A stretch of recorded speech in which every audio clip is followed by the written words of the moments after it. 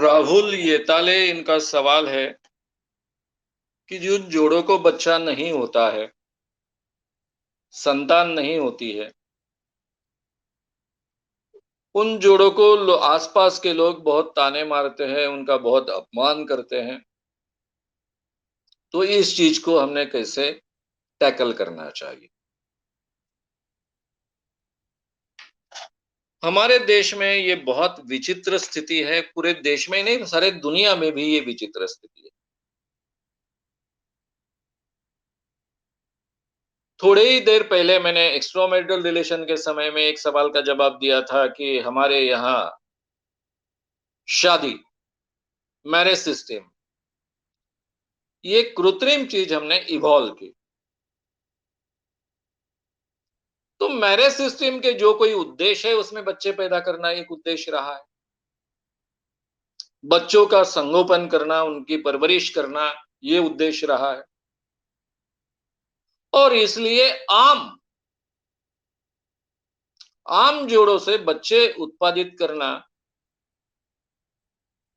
आवश्यक माना गया है। यानी मैरिज का वो एक बहुत महत्वपूर्ण हिस्सा माना गया। हालांकि आज के जमाने में हमने मैरिज की ओर किस ढंग से देखना चाहिए? दो स्त्री पुरुष एक दूसरे के साथ में रहना चाहते हैं, दो जवान लोग बोलिए, बूढ़े लोग जो भी होंगे, दो एक स्त्री और एक पुरुष एक दूसरे के साथ में खुलकर रहना चाहते हैं, इसलिए उन्होंने मैरिज किया। अब एक दूसरे के साथ में रहना, ये सही माने में मैरिज का उद्देश्य होना चाहिए। एक दूसरे के साथ में सेक्स के लिए एक दूसरे के साथ में आए हैं, सहवास के लिए आए हैं, मित्रता के लिए आए हैं, एक दूसरे के साथ में जीने के लिए आए हैं। लेकिन आज भी हमारे मैरिज का ये उद्देश्य हमारे दृष्टि में नहीं है। आज भी वारिस के लिए और खास कर कर बेटे के लिए शादी, ये संस्कार हमारे समाज में कायम। और इसलिए फिर ऐसे कई वाक्य होते हैं कि स्त्री के जीवन को बच्चे के बगैर कोई अस्तित्व नहीं। स्त्री के जीवन की इति कर्तव्यता मातृत्व में होती। मातृत्व के बिन स्त्री के जीवन को कोई मतलब नहीं।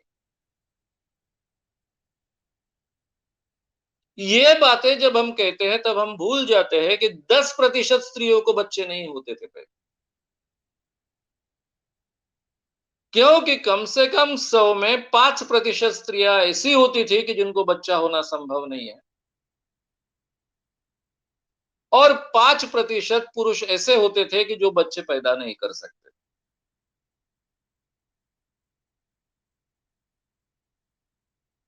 और उसमें से करीबन 10%, 8%, 7% जोड़ों को बच्चे पैदा होना पॉसिबल नहीं था। अब थोड़ा गायनेकोलॉजी के क्षेत्र में काफी अनुसंधान हुए हैं, हमने काफी प्रगति की है, तो ये परसेंटेज डाउन आया है। लेकिन फिर भी आज भी 2 से 3% लोगों को, जोड़ों को बच्चे नहीं होना संभव है। ये तो फैक्ट है। इस फैक्ट को हमने अलग ढंग से स्वीकारना चाहिए। जो महाराष्ट्र में जादू टोना विरोधी कानून बना है, उस कानून में एक कलम है कि अगर कोई व्यक्ति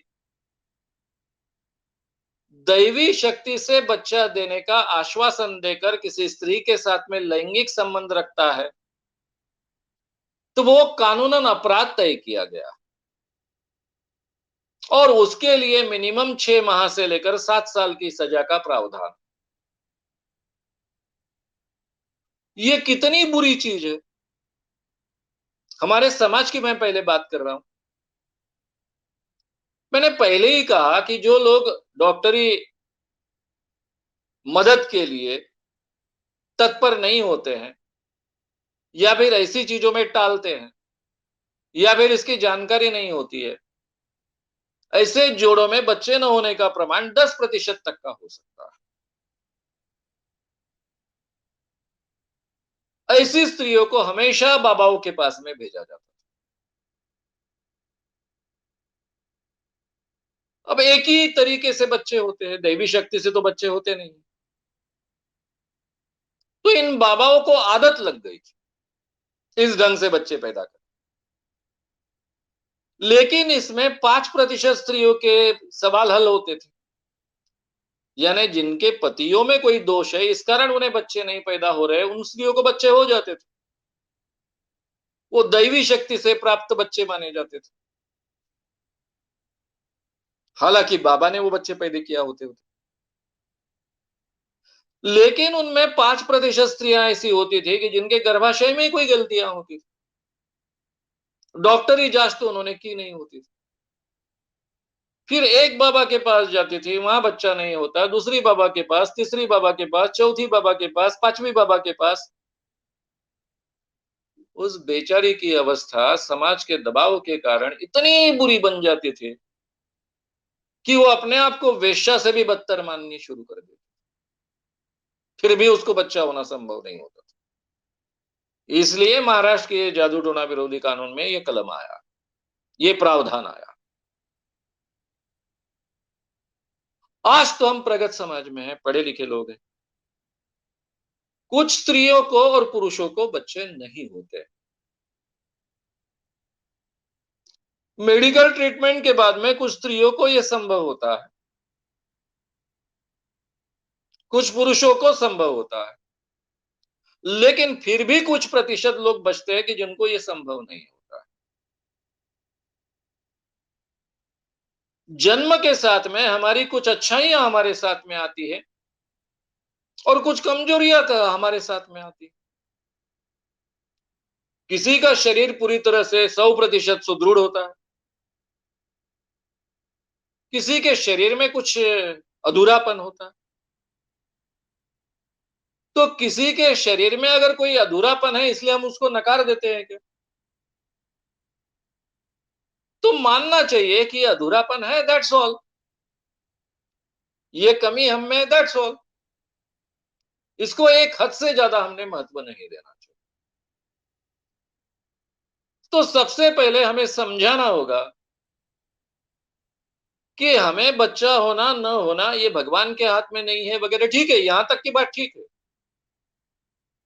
लेकिन अगर नेचर में ही ऐसी सुविधा है कि हमें बच्चा होना पॉसिबल नहीं है, तो हमने ये ग्लैडली एक्सेप्ट करना चाहिए। अपने आप को पहले समझाना चाहिए और अपने आप को समझाने के बाद में लोग अगर कुछ ऐसा बोलते हैं, जैसे किसी स्त्री ने बोला, क्या है इतने साल हो गए तेरे को बच्चा नहीं हो रहा है, तो इस स्त्री ने जवाब देना चाहिए कि बच्चे पैदा करने से भी बहुत महत्व के काम जिंदगी में होते हैं। बच्चे पैदा करना एक काम हो सकता है।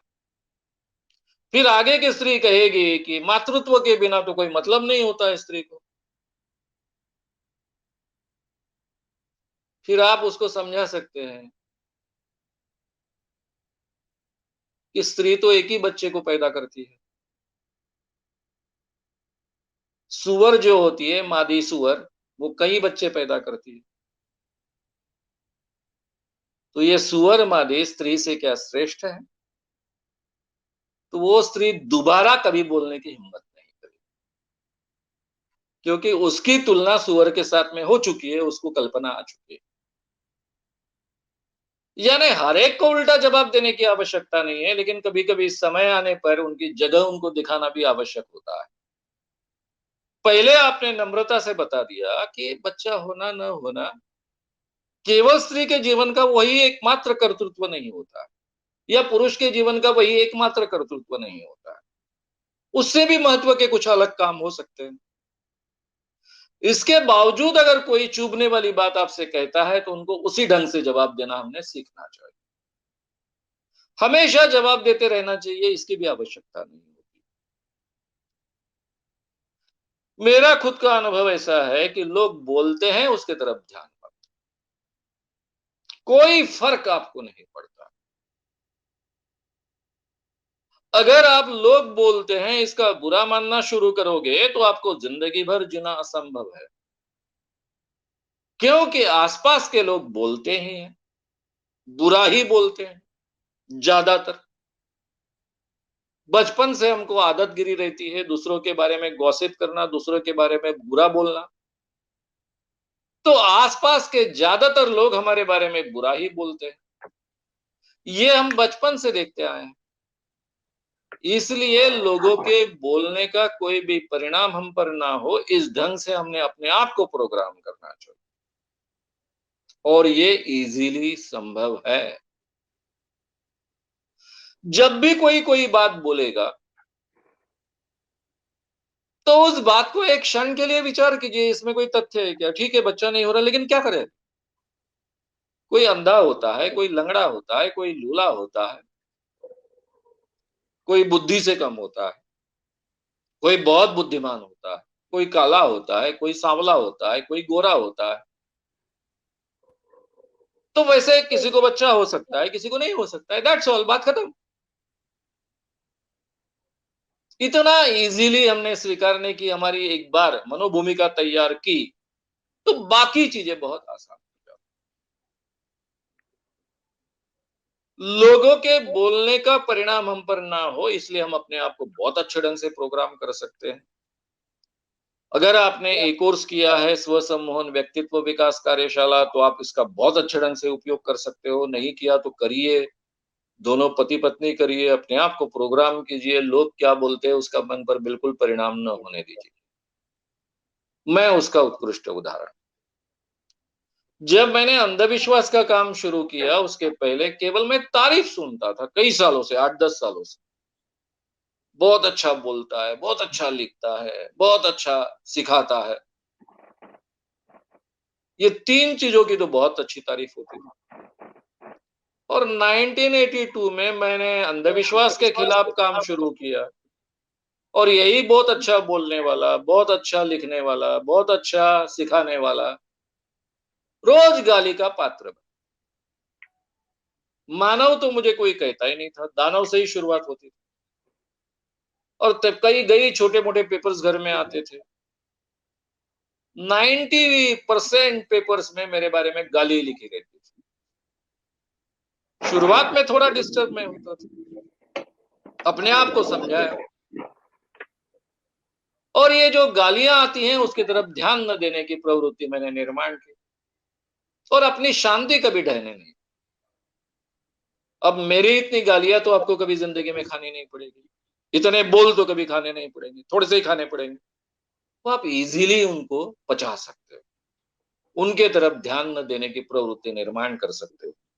ये सामर्थ्य हम में है, उसका उपयोग कीजिए और उसके तरफ ध्यान मत